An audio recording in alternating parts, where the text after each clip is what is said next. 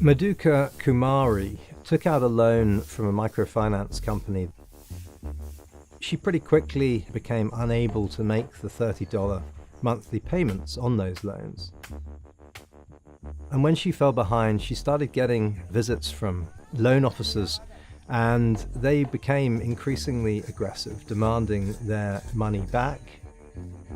Ultimately, it led Kumari to attempt to commit suicide. She poured kerosene over her head and set herself alight. गिनी दिया करते Marion में तमाम है तो ज़्यादा प्रश्न नहीं मिस बाबा हमें दिन लगा हॉस्पिटल से लादेने का अभी लमाने क्यों हुआ मैं हमारी या गिनी दिया करते रखा मैंने अपने वारी के दांड के लिए हमें क्यों हुआ माने बस. Microfinance was the development world's attempt to help do away with poverty by giving small loans to people in the developing world. In much of the developing world, people don't have access to capital. They call them unbanked because they can't get bank accounts. So it started with this kind of noble aspirations. It began as a charitable endeavor, and it has since morphed into something quite different. In many societies, it's doubly hard for women to get access to financial services, and microfinance was seen as a panacea in terms of targeting women in particular. What we found was a network of predatory microfinance institutions operating around the world who were promising to lift people out of poverty and include women in the financial services system, when in reality what they were actually doing was forcing women to sell property to repay small loans, putting them in prison in some instances, and in Sri Lanka, more than 200 suicides have been linked to microfinance loans. Despite these problems, it is still being funded by public money and publicly funded development banks. So public money that's supposed to be helping the poor is, in some cases, being given to people who exploit them. Pues es desesperante, ¿no? Porque yo al menos he tratado de no hacer cuentas, ¿no? ¿Por qué? Porque llega un momento en que me entra la desesperación y digo, ¿qué voy a hacer? ¿De dónde va a salir? Quiero salir de esto y no puedo. O sea, ellos piensan que nosotros por la necesidad nos van a sobajar o a tratar mal. No, no, no, no.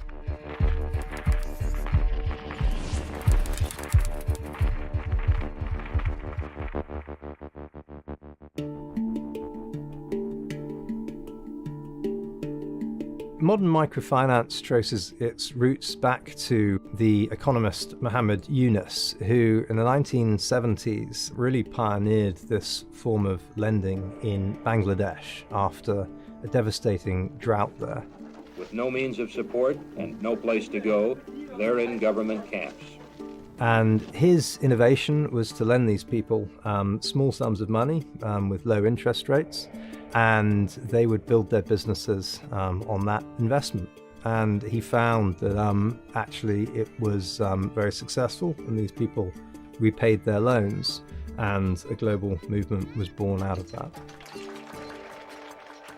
I never had any intention or any plan or a thought that I will ever lend money to become a banker of a sort. I was looking for opportunity to do some tiny little thing which will be helpful to another person.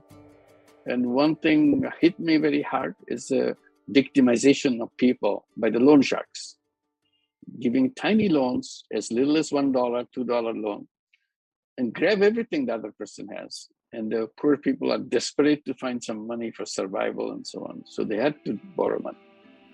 Seeing this repeatedly in the village, I was wondering whether I can protect them from the loan shark. All people are entrepreneurs. All they need is money. Money is the oxygen for entrepreneurship. Within a couple of years, he won the Nobel Peace Prize. The UN declared it the year of microcredit because it was the hot idea in the development world. Poverty is in the system. So we sort out the system, correct those systems, nobody will remain poor. It's a very simple logic.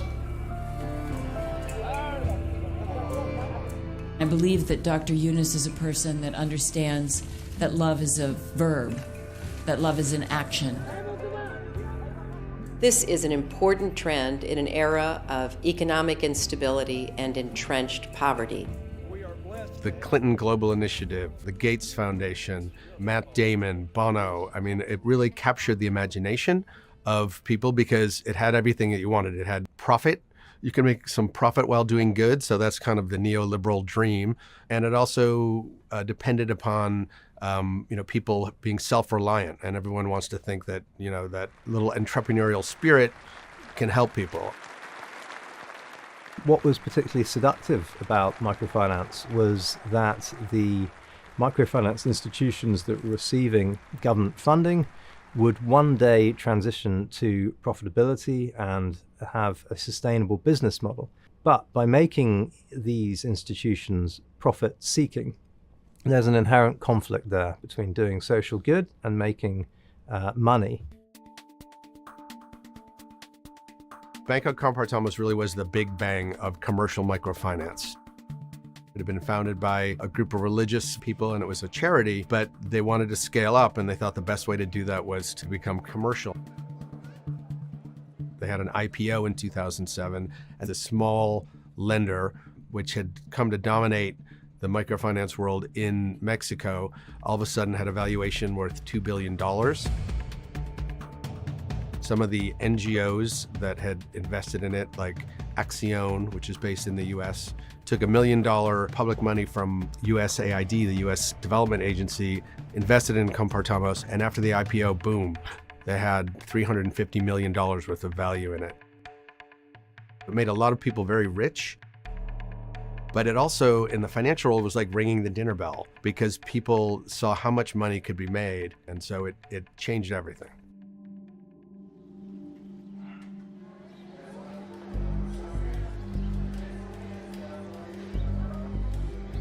Bueno, de hecho, mis préstamos ya tiene tiempo que los he obtenido y de ahí pues ya mi inquietud fue pues adquirir un terreno para tener donde vivir y la construcción de pues una casa sencilla, pero que pudiera yo tener donde estar.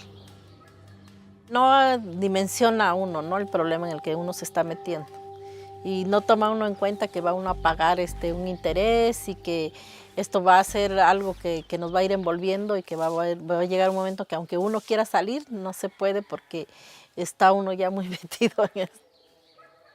Y dice uno, no, pues sí me voy a meter y ese me va a empujar y voy a seguir. A lo mejor me empuja, no sé, un mes, 2 meses, 1 mes y medio, pero vuelve uno a caer. ¿Por qué? Porque dice uno, no, es que no doy.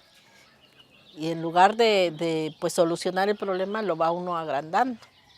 Ese es el problema. I think the big hope was that by bringing in the commercializing and bringing in, more capital, you could do more good. But when big money comes in, it often demands big returns. And what we've found is the world kind of turned its attention away from it. And as that's happened, the financial world has continued to do it. And people's tax dollars are underwriting a huge amount of it. In 2020 alone, there was more than $50 billion worth of committed funds from development banks, commercial lenders, non-governmental organizations, and socially minded impact investment firms. That was a record. Sri Lanka is a country where the consumer protections are very sparse, and there is a burgeoning microfinance industry there, lending ever larger amounts of money to poor, mostly financially illiterate people who are getting stuck in a vicious cycle of debt. LOLC started out as a leasing company in Sri Lanka with the backing of the World Bank in the 1980s. It has since morphed into one of the world's biggest microfinance lenders, backed by hundreds of millions of dollars of financial assistance from pretty much every development bank that you can think of. For the next generation, a new dawn has arrived, full of promise. Today, LOLC is Sri Lanka's most profitable listed company, and its owner is one of the country's richest men. And the lion's share of that money has come from microfinance, from lending to poor people. there's very little regulatory oversight of these microfinance institutions. And so what you find is that they are operating really on their own terms. We found multiple instances of LOLC microfinance companies using pressure tactics to force women to repay money that were leading these women into real despair and torment.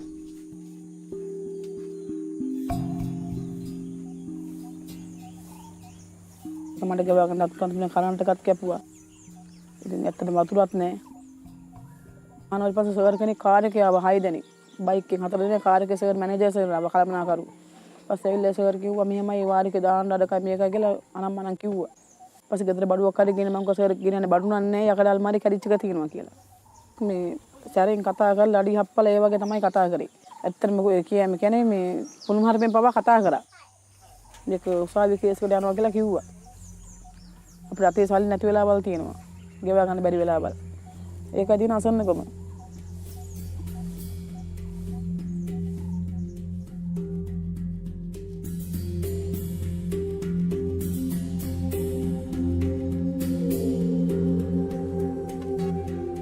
Cambodia became the first foreign market that LOLC expanded into.